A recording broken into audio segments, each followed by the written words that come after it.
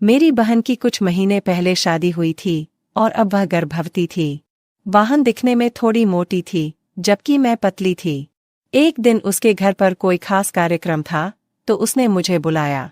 उस अवसर पर मैं वहां 10 दिन के लिए रहने गई थी और उन 10 दिनों में जीजू से मेरी अच्छी दोस्ती हो गई।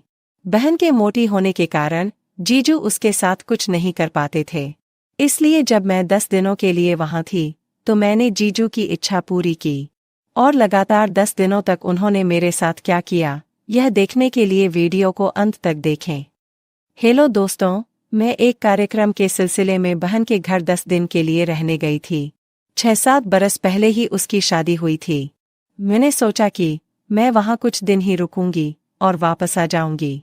लेकिन जब मैं वहां पहुंची तो मुझे नहीं पता था कि मेरी जिंदगी में कुछ चीजें हमेशा के लिए बदल जाएंगी, क्योंकि मुझे वहां बुलाने में जीजू का ही हाथ था।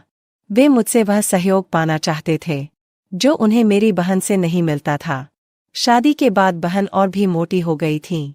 मैं उसे देखकर हैरान थी। बहन 35 साल की थी और मैं 26 साल की। उन 10 दिनों के बीच मेरा और जीजाजी के बीच एक अनोखा रिश्ता बन गया था। वास्तव में जीजू और मेरे बीच एक अलग ही रिश्ता चल रहा था।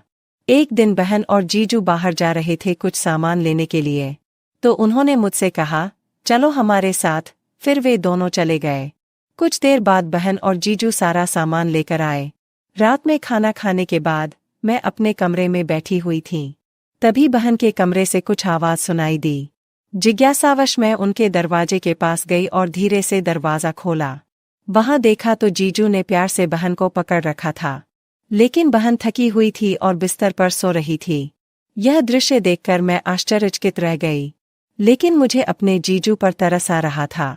जिस चीज के लिए पुरुष शादी करते हैं, वही चीज जीजू को बहन से नहीं मिल रही थी। थोड़ी देर बाद मैं वहां से चली गई। जब मैं निकली तो मैं जीजू के ख्यालों में खोई हुई थी, इसलिए मैंने धीरे से एक बार फिर दरवाजे से अंदर देखा। जब मैं वहां पहुंची तो जीजू उदास बैठे थे और बहन गहरी नींद में सो रही थी। उस समय जीजू की आंखों में कुछ कमी थी और बहन गहरी नींद में सो रही थी। मैं जीजू को देख रही थी, तभी जीजू ने भी मेरी तरफ देखा और हमारी नजरें एक दूसरे पर टिक गईं। फिर मैं वहां से चली गई। सुबह उठकर सब लोग नाश्ते के लिए इकट्ठे हुए। जीजू और मैं चिपक के बैठे थे।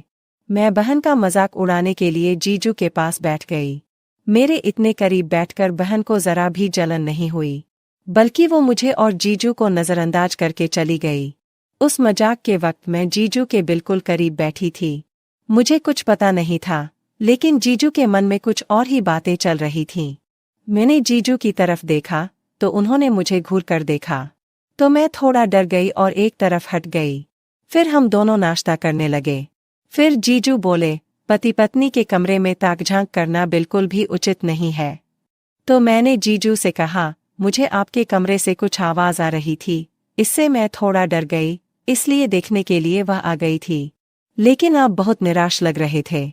तब मैंने सीधे जीजू से पूछा, जीजू, आप उस दिन उदास क्यों थे? जीजू ने जवाब दिया, आप जानते हैं कि मैं उस दिन क्या चाहता था, लेकिन तुम्हारी बहन इतनी अनरोमांटिक है कि मैं पिछले 7 महीने से ऐसा ही हूँ। जब मैंने उसे पहली बार देखा तो वह बहुत अच्छी थी, सुंदर थी, लेकिन अब वह बहुत बदल गई है। यह सुनकर मुझे बहन के लिए बुरा लगा और जीजू के लिए भी चिंता हुई। हर लड़का या लड़की शादी के बाद अपने रिश्ते को अच्छा बनाए रखना चाहता है और उसे हमेशा के लिए बनाए रखते हैं। लेकिन बहन और जीजू के रिश्ते में कुछ और ही चल रहा था और यह चौंकाने वाला था। ये सब सुनकर मैंने जीजू को आश्वासन देते हुए कहा, आप चिंता मत करो। अगर आप चाहे तो मैं अपनी बहन से बात कर सकती हूँ। तो जीजू कहते हैं कि तुम इस बारे में बहन से कैसे बात करोगी, और अगर करोगी भी तो मुझे नहीं लगता कि इससे उसे कोई फर्क पड़ेगा। पहले मैंने उसके साथ प्यार से पेश आने की बहुत कोशिश की, लेकिन उसे इसमें कोई दिलचस्पी नहीं है। उसके बाद जीजू ने मुझसे कहा, अगर तुम्हें सच में मुझ पर तरस है तो मैं जो करना चाहूँगा तुम करोगी क्या? यह सुनकर मैं चौंक गई, लेकिन मुझे जीजू पर तरस भी आ रहा था। तो मैंने जीजू से कहा, आप जो चाहे मैं करूँगी, मैं आपके साथ हूँ। अभी तुम बहन के पास जाओ, सुबह बात करेंगे। इन्हीं बातों को लेकर जीजू बहन के कमरे में चले गए। फिर मैं रात भर बैठी सोचती रही। मेरे दिमाग में ख्याल आने लगे थे, क्योंकि बहन और जीजू के रिश्ते में सब कुछ गड़बड़ होने लगा था। पूरी रात मेरे दिमाग में यही चलता रहा। अगली सुबह जब मैं नहा रही थी, तो अचानक वहां मेरी बनाई बहन ने मुझसे पूछा, तुम और तुम्हारे जीजू रात को अपने कमरे में क्या बात कर रहे थे? यह सुनकर मैं चौंक गई। बहन ने कल की बात सुनी थी और वह मुझ पर चिल्ला रही थी। फिर जीजू ने उसे चुप रहने के लिए कहा।